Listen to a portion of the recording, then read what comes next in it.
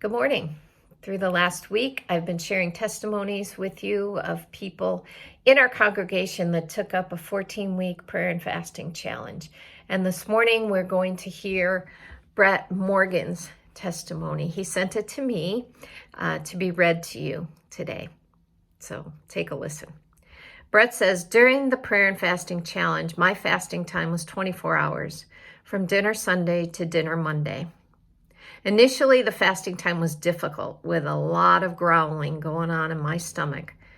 But using my stomach's growling as a reminder to pray really helped me. It caused me to have to pray quite frequently throughout those first couple fasting days. I would typically focus my prayers on the areas and individuals that were listed in the email for focus for that week. I noticed as the fasting days went by, I started praying more consistently and more regularly throughout the other days as well, and not just when it's expected, such as mealtime or at bedtime.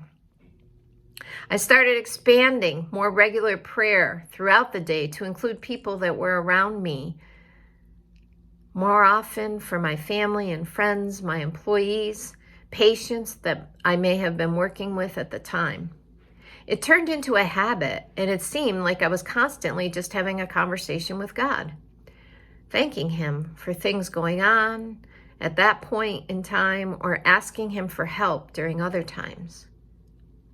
I also noticed that I started to listen to Christian music more frequently, this including when I was working out and going for my runs. Initially, I thought that during my runs, it would be difficult because it's not usually a fast tempo music, but my run times per mile were actually improving and getting faster. I noticed I wasn't really focusing on the beat of the music, but the words of praise or help. And God was giving me strength and motivation to get through the next mile or get through the workout. There are also times when I'm out running, I don't listen to music at all now. I'll just talk to God throughout my run, thanking Him for the beautiful day, thanking Him for keeping me safe, and just praying for my friends and my family. I feel overall as if I'm more in tune and connected to God since performing this 14-week challenge. I'm definitely praying and talking more to God as if having conversations throughout the day. I am normally a pretty laid-back person, but I feel that this challenge has given me additional peace with situations that happen around me. I feel I've learned a lot during this challenge, increased my prayer time. I've paid more attention during my scripture reading time, instead of just reading to check off the box that it was done for the day. I'm trying to pay more attention to what the scriptures are telling me. I will definitely be continuing this on a weekly basis. However, I will try to do it on a different day. The day that I had chosen to fast is a pretty busy day for me at work, so there were a lot of distractions. I think I would get even more out of it if I was able to focus more throughout the day. I would strongly encourage this for anyone to do. So I want to thank everyone that was willing to share their experience through these 14 weeks of prayer and fasting. And I want to encourage anyone who has not ever taken up a prayer and fasting challenge to try it. We can give you suggested readings and things to focus on during your day or hours of fasting. And I know this would be such a blessing to you. But I'm not encouraging you to do this because I've had a good experience or because of any of the experiences of the people that you've heard from this week. I'm encouraging you to do it because Jesus has an expectation that we will fast and pray. In the scriptures, it isn't ever said by Jesus, if you fast, if you pray. Now, what Jesus says is when you fast, when you pray. So this is not a recommendation from Pastor Mary. This is an expectation from Jesus. And if you refuse to do so, you're refusing to follow the directive of Jesus. Last night, I had the privilege of participating in a wonderful time of prayer with some people that I consider powerhouses in the faith. And Dr. David Thomas, the director of New Room, was there.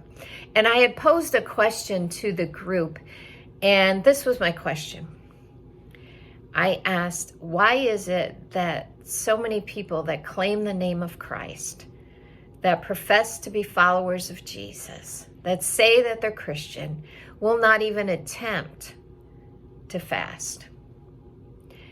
And Dr. Thomas gave a wonderful, simple answer. He said, I think it's because we are attuned to indulgence.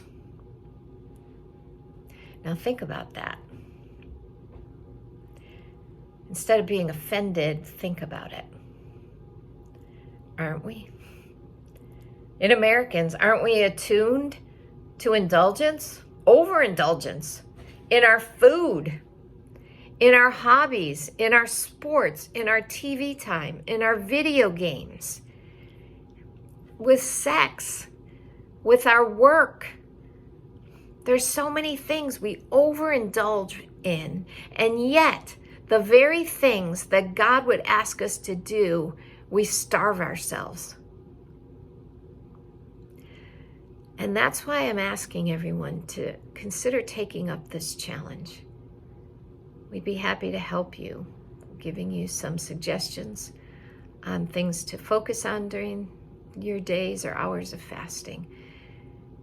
And so I'd ask you, if this is something that you really feel that you need to do in your walk with the Lord, let me know, and we'll get you connected with resources that will help you. So have a good day, and I'll see you in the morning with some announcements of what is coming up in the next week.